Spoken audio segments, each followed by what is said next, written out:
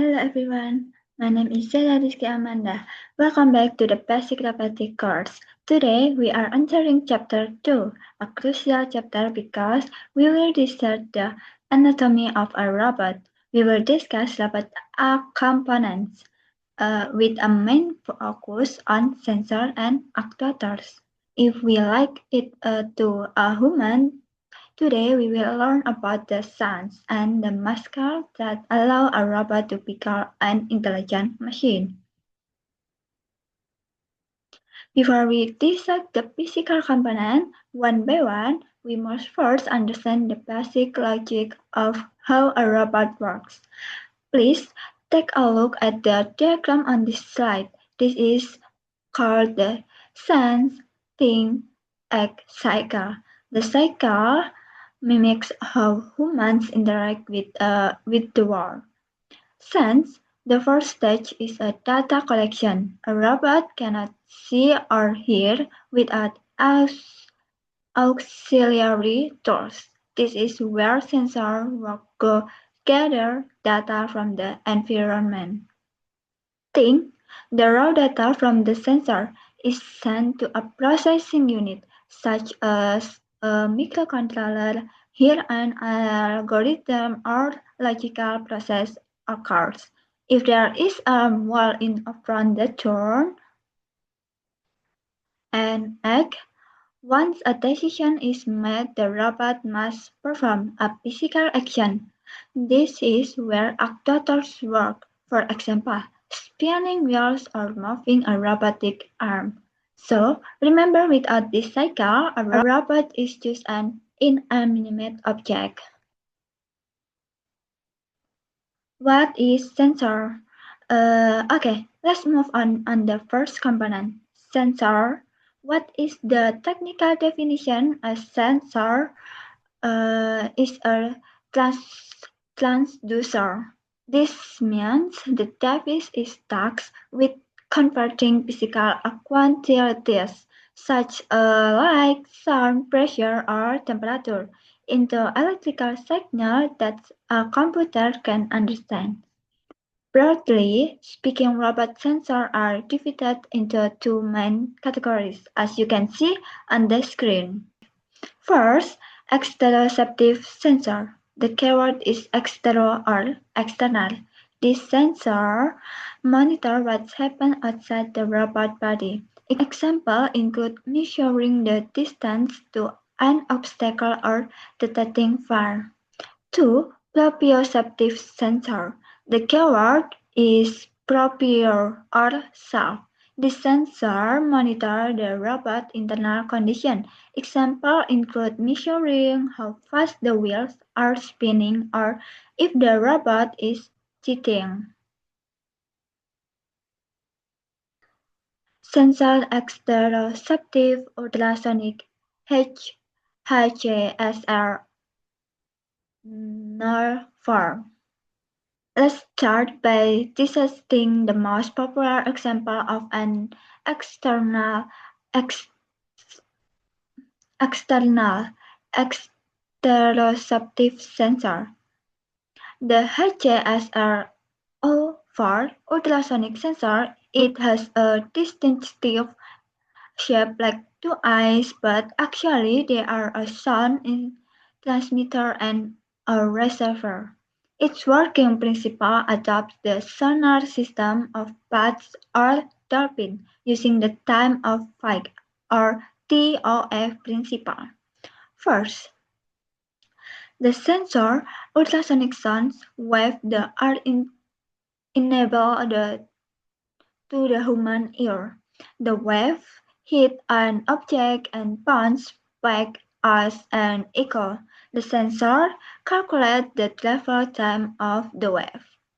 The longer it takes for the echo to return, the further away the object is. However, the sensor has a weakness. It it is less accurate when detecting soft objects like foam or cloud because the sound waves are absorbed and do not bounce back.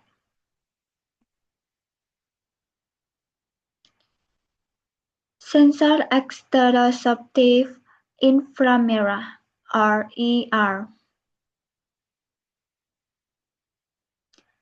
Next is the infrared sensor or ER. Unlike ultrasonic sensor, which is the sound, this sensor used light.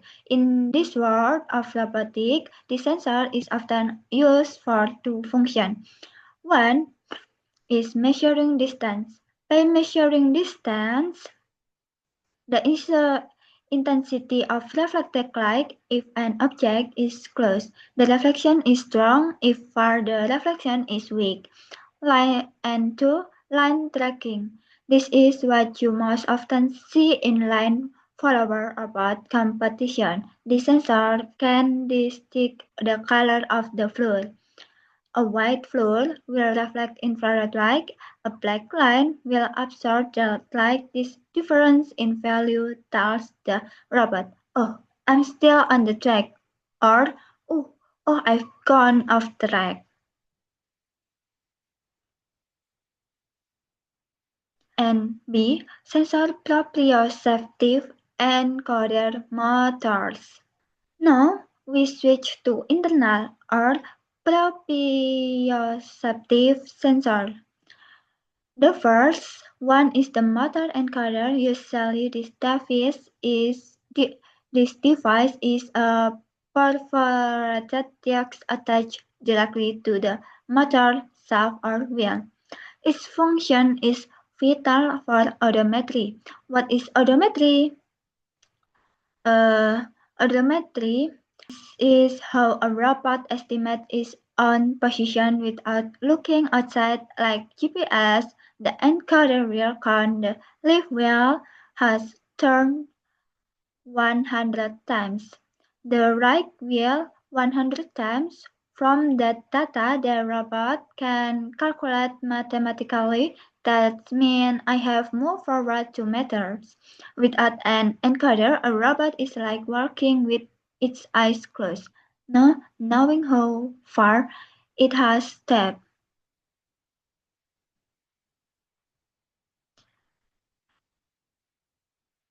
And now, sensor proprioceptive or EMU, inertial measurement unit. The second internal sensor is the EMU or internal measurement unit. This is a balance sensor. Inside this one of small chip are usually two instruments. First, accelerometer, measuring linear acceleration. To measure linear acceleration, how fast the movement change. And two, gyroscope, measuring angular velocity. To measure angular velocity, how fast the rotation is. This sensor gives the robot of a sense of a spatial orientation in 3 dimensions: roll, pitch, and yaw. This is the secret why drones can fly steadily in the wind or why a Segway robot can stand upright on 2 wheels. And this is as a summary. Let's look at this table. Sensor selection depends heavily on your robot mission. If you are building a robot to avoid obstacles or follow a path, focus on exteroceptive sensors like ultrasonic or infrared. However, if you need a robot with perceptive movement, exact measurement, and balance, you must and proprioceptive sensors like encoders and IMUs. Combining both will result in a reliable navigation system. That consolidates our decision in Chapter 2 regarding sensor on robots. In the next meeting, we will complete the cycle by discussing their counterpart, the actuators. If there are any questions regarding how sensors work or their application, please feel free to ask. Thank you and see you next time.